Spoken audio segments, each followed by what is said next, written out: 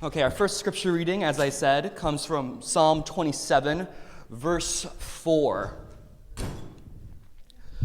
One thing I ask from the Lord, this only do I seek, that I may dwell in the house of the Lord all the days of my life, to gaze on the beauty of the Lord and to seek him in his temple. Our second scripture reading is going to be from Genesis chapter 4, verses 1 through 16, and I'll just read that out to you. Now the man, Adam, knew his wife, Eve, and she conceived and bore Cain, saying, I have produced a man with the help of the Lord. Next she bore his brother, Abel. Now Abel was a keeper of sheep, and Cain a tiller of the ground. In the course of time, Cain brought to the Lord an offering of the fruit of the ground, and Abel, for his part, brought the firstlings of his flock, their fat portions. And the Lord had regard for Abel and his offering, but for Cain and his offering he had no regard. So Cain was very angry, and his countenance, his face, fell. The Lord said to Cain, Why are you angry, and why has your countenance fallen? If you do well, will you not be accepted? And if you do not do well, sin is lurking at the door. Its desire is for you, but you must master it. Cain said to his brother Abel, Let us go out to the field. And when they were in the field, Cain rose up against his brother Abel and killed him. Then the Lord said to Cain, Where is your brother Abel? He said, I do not know. Am I my brother's keeper? And the Lord said, What have you done?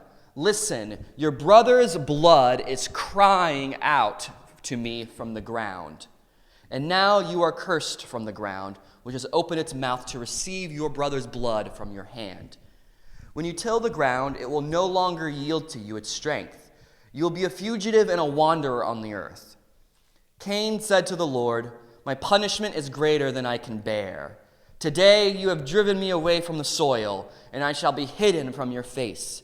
I shall be a fugitive and a wanderer on the earth, and anyone who meets me may kill me. Then the Lord said to him, Not so. Whoever kills Cain will suffer a sevenfold vengeance. And the Lord put a mark on Cain, so that no one who came upon him would kill him. Then Cain went away from the presence of the Lord and settled in the land of Nod, east of Eden. The word of the Lord. Praise be to God. Amen. And praise be to God that somehow I made it.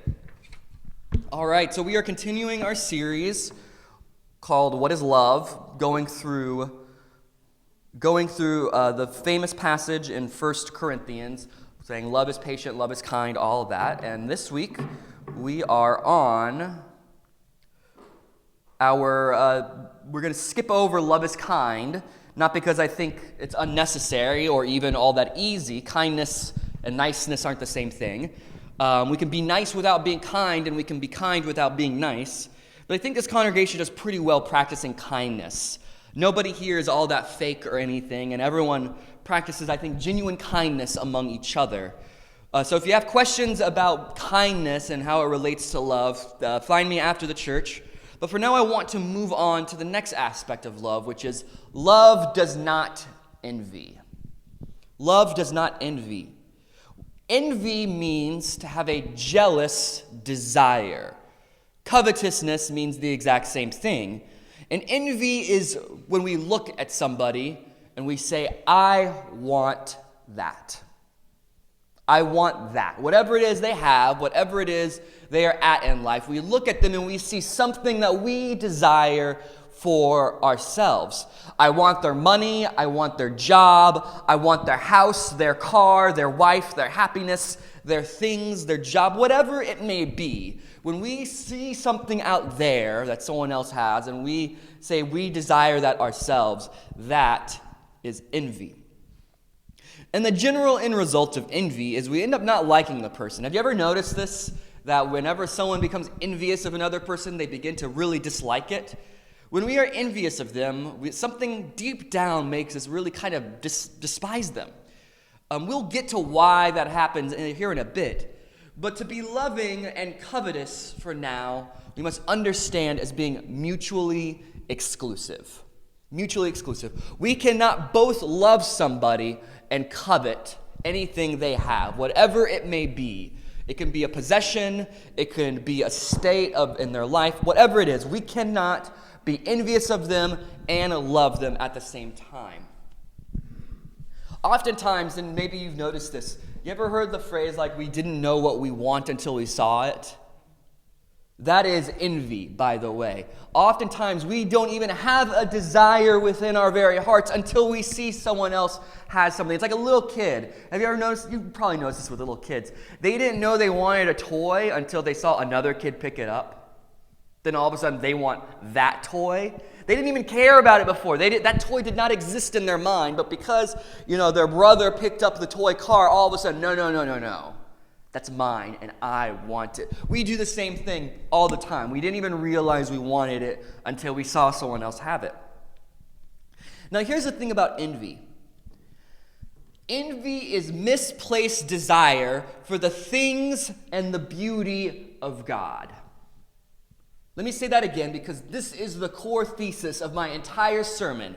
Envy is misplaced desire for the things of and beauty for God. No matter what it is, it comes down to this. Your envy for your coworker is an inbuilt desire to rest in God's presence. It is merely corrupted. So we must understand this. To understand why love does not envy, we must understand that envy is nothing more than the corruption of a really good thing. The corruption of our desire to stand in God's glory. Whatever it may be. Yes, you wanting that motorcycle is actually an inbuilt desire to live in the beauty of God. Yes, your envy of your coworker is an inbuilt desire to rest in God's presence. Your envy for, whatever you want, movie stars, money, fame, whatever it is actually an inbuilt desire to know God and God's goodness deep down inside. And we know this because the very first example of envy in the entire Bible shows us this is exactly what envy is built upon.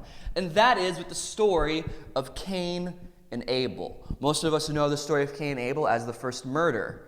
But oftentimes I notice when we talk about Cain and Abel, first of all, for whatever reason, it's always taught in Sunday school, not exactly Sunday school material, but we always miss the kind of important part of what this is all about. This is not about jealousy at the end of the day. This is about Cain wanting one thing and one thing only. And what is that? Let's look at this story for a second and break it down. Adam and Eve have two children. They've been kicked out of Eden. So they have two children, and that children is the older brother Cain and the younger brother Abel. Cain is a tiller of the ground. He farms fruits and vegetables. So I don't know if they have it, but down the street, they always have that one whatever plot. I don't know how much money they could possibly make. I think it's just for a tax write-off. But they till the ground over there. Every year they plant and they till ground. That's Cain over there. He's tilling the ground, creating fruit of the earth, whatever it is. Think of a thing, fruit, veg, potatoes. Cain's a potato farmer. Who cares? It doesn't matter. But he tills the ground. He's a farmer. But Abel was a keeper of sheep. So he was a herder. He would wander about the area wherever they were at, and he would keep sheep and breed them and then probably slaughter them, or who knows, made skins out of them, whatever it is. But he kept sheep. Both desired to honor and to worship God. Both wanted to worship God, and they desired God's acceptance, and hear what's important. They desired God's regard. Both Cain and Abel had an amazing desire. They wanted God's regard for them. And so what do? They decide, we're going to make a sacrifice to the Lord. Now, there's a whole history and understanding of sacrifices and what it means, or why God asked of it and why we don't do it today. We can get into that one day, but I showed up 15 minutes late, and I'm sure you're already probably wanting to move on with it. But needless to say, sacrifice was the way that you expressed your worship and love for God. It was this God, I love you so much, I'm just going to give you the best that I have and destroy it as like this symbol of, I only need you, I don't need my best, God. So you would give your God your very finest labor, your very finest goat or whatever, just to show that you don't need the best. God can have the best. All you need is God and his favor. So this is what Cain and Abel do. Cain brings to God as his offering fruit of the ground, whatever he tilled. But here's the thing. This is not bad. It's not a bad sacrifice. But it's nothing special. Cain kind of does the bare minimum. He doesn't take the best fruit. He just takes fruit from the ground. He says, this is what I'm going to offer God. And he offers it to God first. And this is really important, because I think if Abel went first, something different would have happened. But Cain takes the bare minimum of the fruit. Abel, however, offers this interesting word, the firstlings, and then his fattest portion. What this means is he offered the very best part of his flock to God. Abel isn't offering God ground beef from the Piggly Wiggly. He is offering and giving God a cut of the best filet mignon of his entire flock. Now, he didn't do cows, he had sheep, but I don't know what they call cuts of sheep. But essentially, that's what's happening. He's not giving just whatever he doesn't want or whatever he could do without. He's saying, God, I am going to give you the best, the fattest portion of my flock. It's going to go to you. While Cain gives the minimum. While Cain gives the minimum, Abel goes above and beyond. His love for God and his desire to please God is made known in the physical sacrifice he makes. You look at Abel's sacrifice and you go, this is a man who loves the Lord. You don't even need to ask. You could just see it from his sacrifice. So because of this, it says, God had regard for Abel's sacrifice, but no regard for Cain. God did not hate Cain's sacrifice. We must remember this. God did not mistreat Cain. God did not get mad at Cain. God did not despise Cain. Simply put, God recognized Cain's sacrifice as what it was, the minimum. He liked it. He loved Cain. Nothing about his understanding or his value for Cain has changed. He just witnessed the immense love Abel had and had regard for that, but not for Cain, because Cain just did the minimum. But we must remember that God, in this moment, it's easy to think that, because God didn't have regard for Cain, that means God must have been mad at Cain, or thought that Cain didn't do enough, or that Cain wasn't good enough. That's not what's happening. If we give the bare minimum, God is not mad at us, but we're not going to earn his regard. That's what's important here. This is not a game about who can one-up each other, who does the best, and earning God's favor. We are not here to earn God's favor. That's what Cain gets in trouble for here in a second. We cannot earn God's favor through our sacrifices. You can sell your house, give all the money to the poor or the church, and you will not earn any extra favor from God. What you will earn is his regard. He will, if it's from a good place in our heart, look at our heart and go, this is a child who loves me, and for that I regard you. But favor does not change. And that becomes important because we have to see truly just how bad of a place Cain's heart came from. Because it's easy to think, well, of course Cain got mad because God stopped loving him. No, that's not what happened. God did not love Cain any more or any less because he only gave the bare minimum. He just didn't have that extra regard.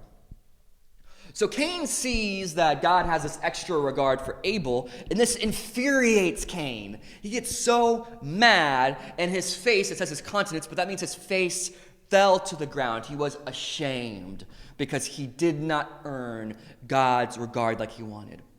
He is disappointed because this younger brother's offering got a better response than his own. His brother earned God's regard while he was left to try again. We've all been here. Truly. We've all been Cain in this moment. Every single one of us. We have all been jealous that someone got praise for something that we wish we had. Even if we didn't do anything to deserve it, and even if that person did everything to earn that praise, we look at other people getting favor and we automatically get frustrated within us because we see like, oh wait, this is a love and an acceptance and a regard that I myself have not earned. And we want it. Even if we don't deserve it, even if the other person truly deserves it, we still get frustrated in our heart. This is Cain, mad that someone else is being recognized for God by their love and sacrifice, but not him for his minimum contribution. Now God, being God, notices this and asks Cain, "Why are you angry and why is your face so long? If you do well, you will be accepted. But if you don't do well, be warned, because sin is lurking at the door and it will come for you. It will try to destroy you, so you must master it." Now, this is an interesting moment between Cain and God. I could probably do an entire sermon just on this very intriguing moment, because this is a moment of grace.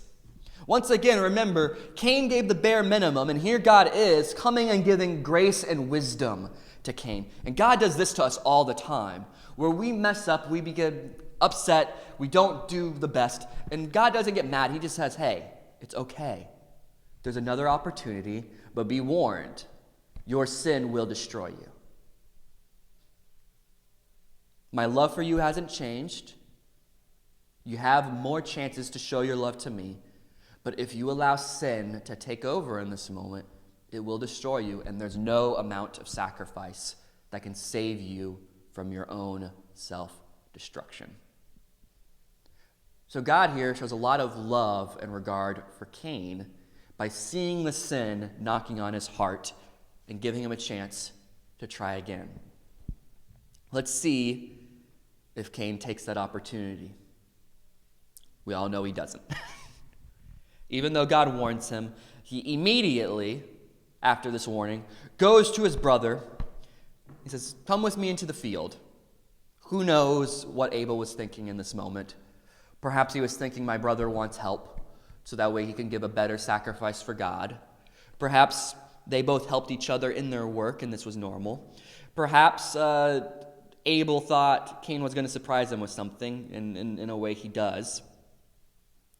And he kills him. He kills his brother. Cain had a choice. Will he give in to righteousness? Will he step back and decide to sacrifice and love God as his brother does? Or will he project his desire for God's regard onto his brother? This is envy, the projection of our wanting for God's regard. I can actually see Cain in this moment, his mind going through all the classic distortions, blaming everyone and everything but himself. It's not my fault. The crop wasn't good this year. God gave me bad fruit and bad seeds to work with. Sheep are just a naturally better sacrifice to give. So I started from behind. Abel only had to give one sheep, and I would have to give my entire crop to equal one sheep. I was doomed from the beginning. It's impossible for me to find regard for God. It's hopeless. Sin was lurking at the door of Cain's heart. And we've all done this. I know I do this all the time. Where when we fail, we try to find every reason other than ourselves. And it's very easy to convince ourselves that it's impossible to achieve the thing we want. And that everyone else just had it so easy. And we have no idea what Abel lost by giving the fattest portion. All we know is that Cain didn't like it. So Cain has this choice. And the choice he makes is the gravest. He murders his brother in a field. He tricks him. He tricks his brother and he murders him in the field because Cain did not get the regard from God he wanted.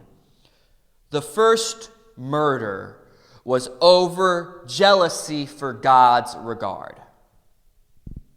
The first murder was envy over a desire for God's expressed love. This is important because it is the root of all envy.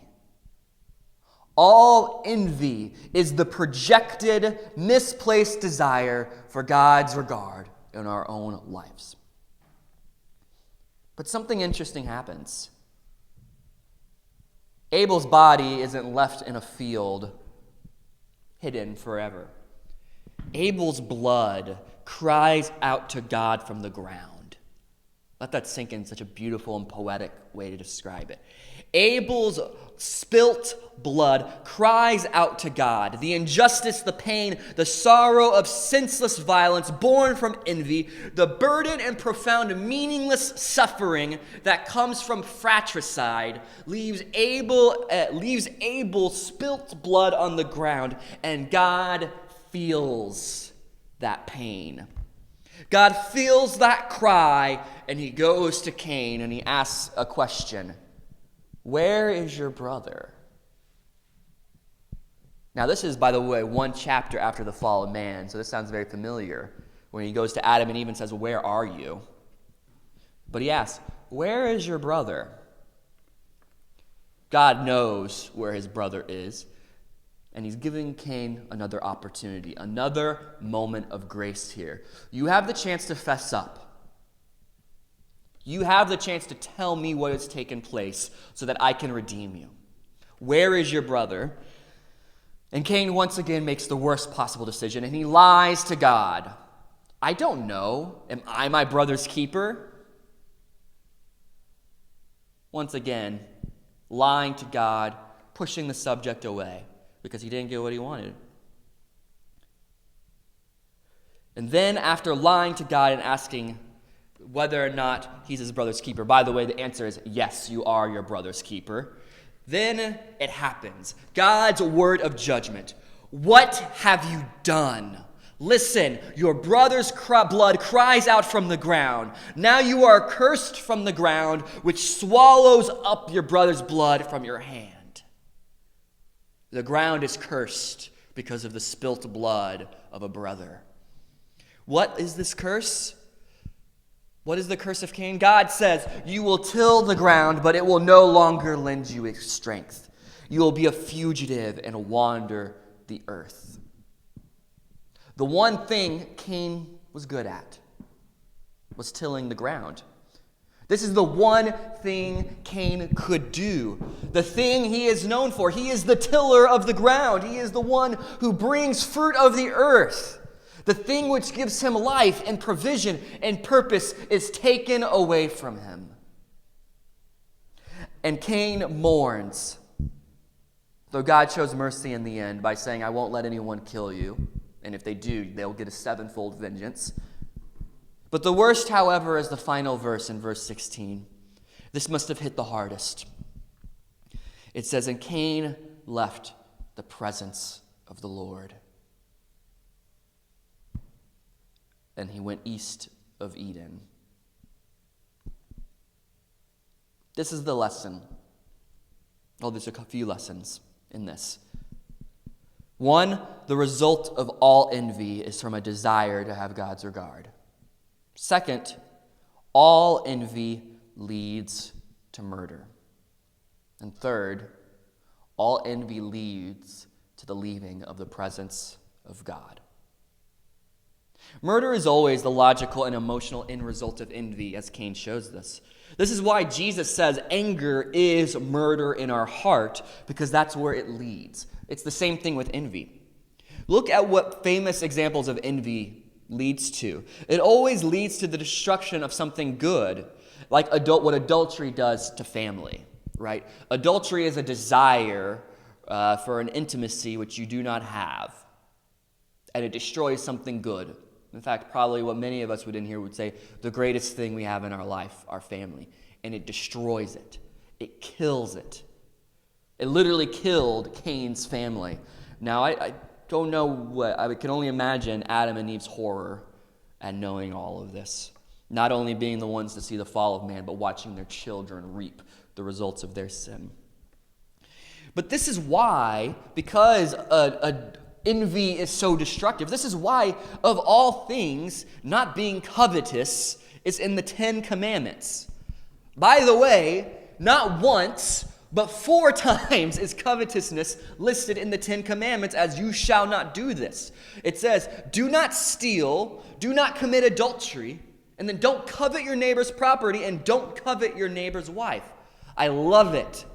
Don't do the thing, and in fact, don't even want to do the thing. It's not enough to just not steal. Don't even want what they have. 4 times. 40% of the 10 Commandments is to not desire or take what is not yours. This is very purposeful because the 10 Commandments is supposed to be the foundation of a godly society. And 40% of the foundation of a godly desire is to be okay with what you have. To not look on anyone else and say, I want that and I'm going to take it. To be fine with where you are. No wonder Paul puts love does not envy as the very third attribute of what love is. Because God says if you can fix this, you have 40% of the 10 Commandments down. If you learn to not envy, you have 40% of following God down. But it's a lot harder as it seems. Our society, literally the function of our economy, runs by envy. Every dollar you spend at some point has reaped that dollar because of envy. Look nowhere than your television. Look at commercials. It's always the same commercial, right? Some housewife looking all dirty and disheveled. She hasn't gotten like a hairdo in like 3 months. The house is a mess. The kids are running all over the place, refusing to listen or follow any rules. The father is nowhere to be found. And even the dog is barking uncontrollably, and I don't know, the house is about to catch on fire. Who knows what's happening? But then all of a sudden, she buys that new brand of dish detergent. And literally what happens? All of a sudden, everything's different. She has makeup on. She looks physically younger and prettier. She has less wrinkles. She's dressed fashionably. She has makeup on. Her kids are doing their homework nice, and the father is right there with them.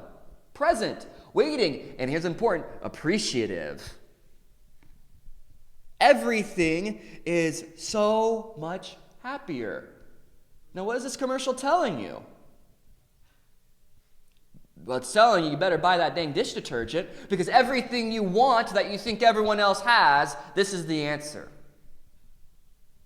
Go home. I don't have a TV really anymore, so I don't know what commercials are like anymore. But go home and watch commercials and ask yourself, what is this commercial trying to make me envy of?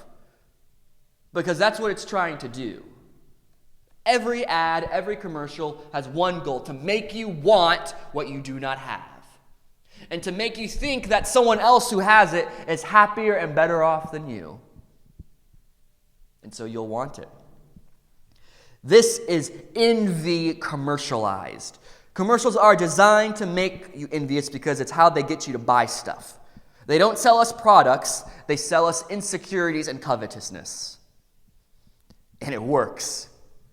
God knows it works. That's why there's 4 of the 10 Commandments saying, don't do that.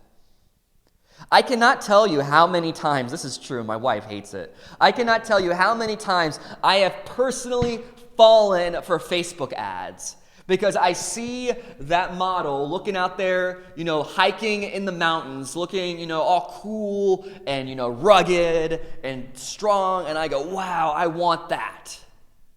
I want to be the cool guy out hiking in the woods, so I need to buy those boots. I'm serious.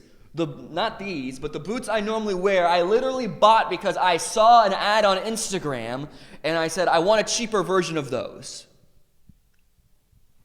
That's envy. And it works on me, and I'm sure it works on all. And here's the thing. It distracts us from what the initial envy was all about. Have we forgotten already? What is the first envy? The desire for God. That's what all this is. It's the enemy knowing that we are easily distracted by shiny objects as opposed to God's perfect, uncreated light. Shiny's not bad, shiny's good. The shiniest of things is the Holy Spirit, or the presence of God. God's glory shining out from us. It's why whenever you look at an image of Christ, what is it? There's light shining. That's why we like shiny objects, just saying. But the enemy knows that we can get distracted by cheap, shiny objects as opposed to God's brightest shining glory by dangling something in front of us that's cheaper and easier to get and provides instant gratification. I'm almost done, guys, I promise. There's a good news about all this, though.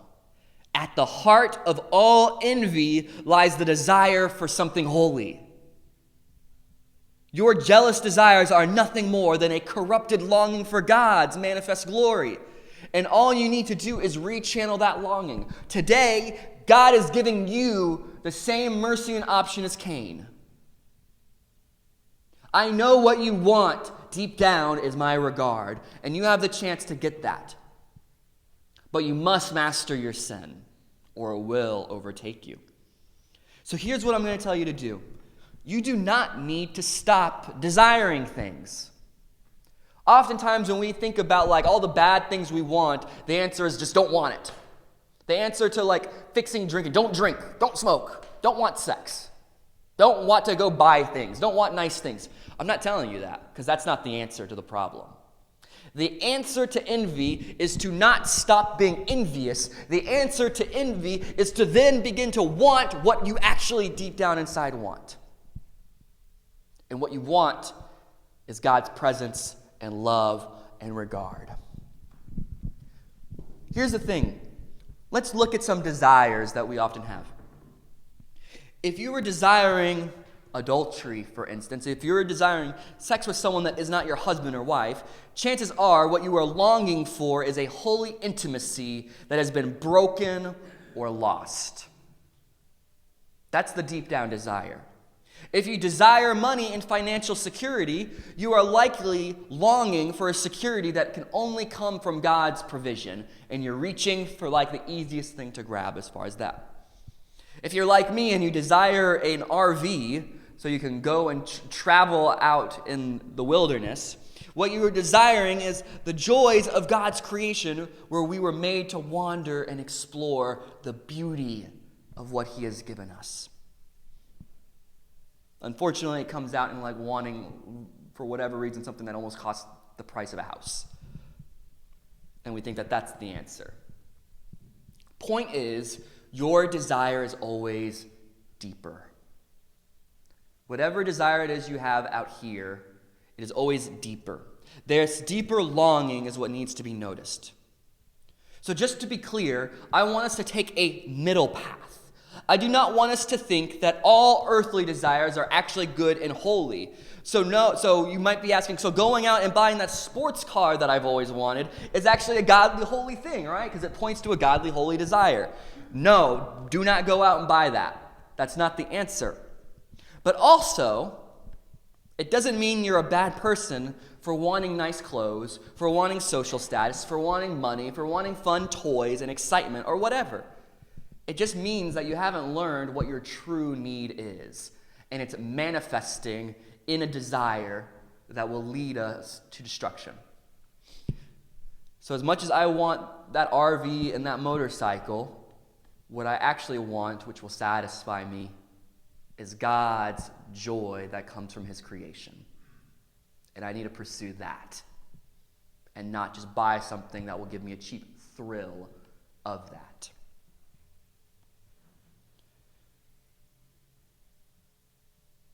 All too often, we end up in the wrong place, and we end up projecting onto other people through our envy. And that place is wherever God meets that deeper longing in our heart, that all too often comes out as covetousness and envious desire, which distracts. And worst of all, it distracts us from being able to love the person because we are too focused on ourselves. That's why love does not envy. Because envy is not about the other person. It's about us. It's about our projected desires onto them. When we envy, we have made a social connection. Something that is supposed to be about us, but we've made it solely about me. Think about that. Envy is not about them, even though we're mad at them and jealous of them. It's not about them, it's about us. But we cannot love when it's about us, because otherwise we will only end up loving ourselves. So to love means we must seek fulfillment of that deeper longing with God so that we can live spiritually on this earthly plane. To truly love, in this way not envying, to love means to be satisfied with God's presence in our lives so we do not need to displace that desire and project it onto others. Let me say that again because it's the answer to the problem of Cain. To love means to be satisfied with what God is doing in our life so that we do not project our desires onto others, which leads to killing them, at the very least in our hearts. So when we envy or covet or get jealous, what's the answer? Because we're going to go out and we're going to see a commercial and we're going to go, ooh, I want that. What's the answer? The answer is Psalm 27:4. I love it. It is to know what we really want and to go after that. Let me just read it real quick. It's one verse. One thing I ask from the Lord, this only do I seek, that I may dwell in the house of the Lord all the days of my life, to gaze on the beauty of the Lord and to seek him in his temple. Amen. That is what Cain really wanted. And that's the thing which will satisfy our hearts. And so when we find ourselves in a place of longing or jealousy or covetousness or envy, the answer is to remember what I really want is to long to be in the temple of the Lord. What I long is for God's regard. What I long is for the manifestation of his love in my life. And that is what we need to seek. To be satisfied with what we have and to seek God instead of whatever that earthly thing is, whatever it is we're projecting onto another. In this way, we will embrace and show. Let me step back for a second. The answer is to live in and as the temple of God, to dwell in God's love, presence, and beauty. In this way, we will embrace and show the love that can only come from being satisfied by God. We cannot help but pass on the beauty and the love that has been handed to us when we live in that. We see the other not as someone who possesses something we need or want, but as someone that we can give to what we possess that satisfies, the love of Christ. Love transforms envy from wanting to gain to wanting to give. That is the beauty of saying love does not envy. To envy is to want to gain. To be satisfied with God and in God's love is to want to give. And that is love. So I ask you today to check your envy. Check what you really desire. And when you find yourself in envious moments, whether it's envy of the car you see down the street, or of the commercial on the TV, or of someone's lifestyle, or whatever on Facebook, or who knows. Tell yourself, what I really want is to dwell in the love of God. What I really want is God's regard. And then do something to go earn that. Open the Bible, sing, worship, serve another, love, pray. Because that, while not giving the instant satisfaction of going and getting a motorcycle or an RV, it will lead to a life that is satisfied and a life where you are looking to give instead of take. A life where you can join in with your brother Abel and love the fact that his sacrifice earned God's regard instead of despise him because you are left unfulfilled and wanting. Amen.